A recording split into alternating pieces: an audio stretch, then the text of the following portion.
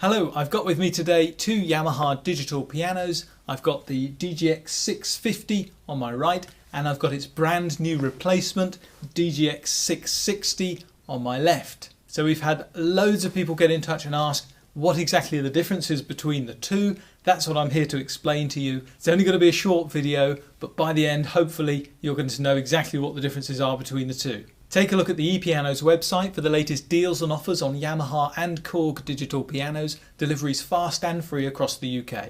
Okay, the very first thing to say is on the new version DGX660 you have absolutely everything that was on the DGX650.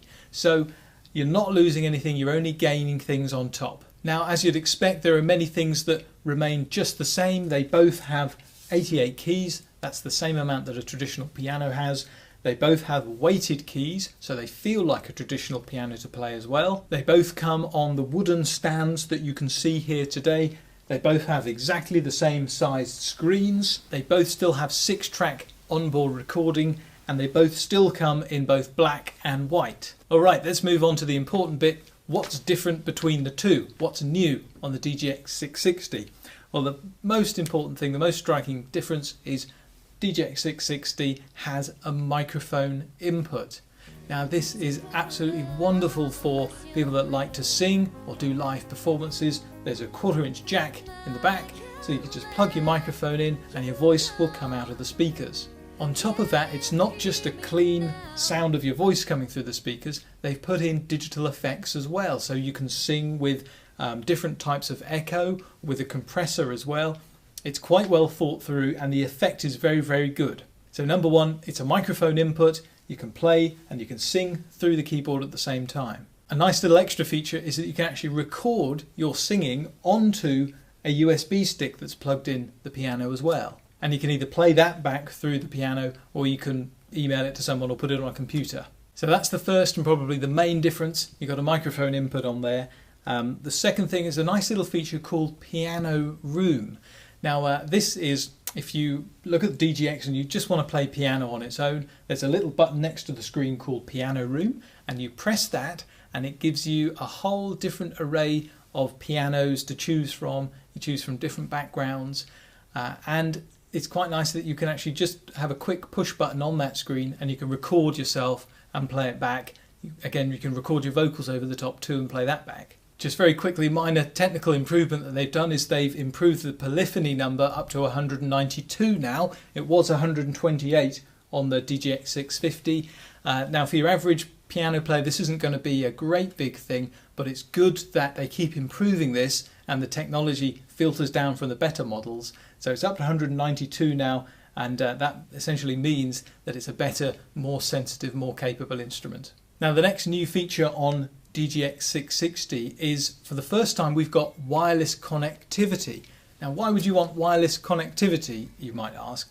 The reason is Yamaha have produced a number of apps now for iOS devices. The most impressive one for me is one that's called Chord Tracker. Now what you can do with the Chord Tracker app is you can play any music from your iTunes library through the speakers, wirelessly of course, of the DGX660. But it gets better than that as well, because not only will it play the music from your iTunes library, on the screen of the iPad or iPhone it will show you the chords to the music as well, which is one of the first times I've heard about this type of technology. It is absolutely fabulous. So I can open any song that I like, put my iPad on the music rest because it does support it quite nicely, open up that app, have the song play through the speakers, play along with it, and have the chords displayed on the screen of the iPad. It is absolutely fantastic. And it doesn't stop there either, because there's an extra thing that you can do with Chord Tracker, and that is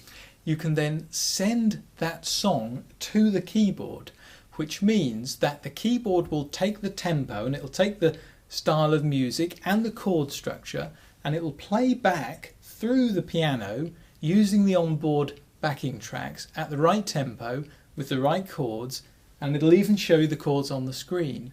But of course that will then be missing the vocal line, which will then allow you to use the new microphone input to sing over the top. So for example, I could take my favourite song from my iTunes library, I could open up the Chord Tracker app, send it to the keyboard, have the vocals taken off, and then use the keyboard as a backing track while I sing. So for live performances, that's some really, really clever thinking from Yamaha, and a really nice extra feature to have on the new 660. Now, a couple of extra things about the chord tracker, which you might tell I'm quite impressed with, is if you don't read music and your chords don't mean much to you, there's a nice little feature on it where it'll actually show you a picture of the chords as well, so you know where to put your fingers. So there is an element of a tutorial in there as well, which is quite nicely thought of. And the other thing I want to mention about it is there is something called a melody suppressor on it, which in theory is supposed to allow you to use an actual backing track. So I could put, let's say, an Adele song in there. It'll play the real Adele song through the speakers. If I press melody suppressor, in theory it should take the vocals off and allow me to sing over the top of the real backing track. Now, the reason I'm saying in theory and sounding a little hesitant about it is it's not always 100% perfect, this technology, in my experience, but sometimes it does it very nicely. But you probably have to trial and error with a few different songs, see which ones work. But if you're singing loudly over the top, you're probably not going to notice if Adele's voice has just been minimised to a lower volume. So the differences between the two, although they're not absolutely revolutionary, you might not expect that from a new edition anyway, it's very positive for me because it means Yamaha are quite forward thinking and they're getting involved in iPads and iPhones and using wireless technology much more. It's a very positive thing. DGX660 is a good step on from the 650, which was absolutely massive. It was a huge seller, great value for money. So 660, yes, it's been a good step forward, still very high quality, and I think Yamaha have done very well with developing the DGX to the next level. Well, I hope that's been helpful to you. If you've got any questions on them at all, just leave a question in the comments below, or you can email us through our website. If there's any particular features that you want to see demonstrated on these pianos or others, let us know that as well, and we'll do our best to put a video up. But for now, thanks for watching. Bye bye.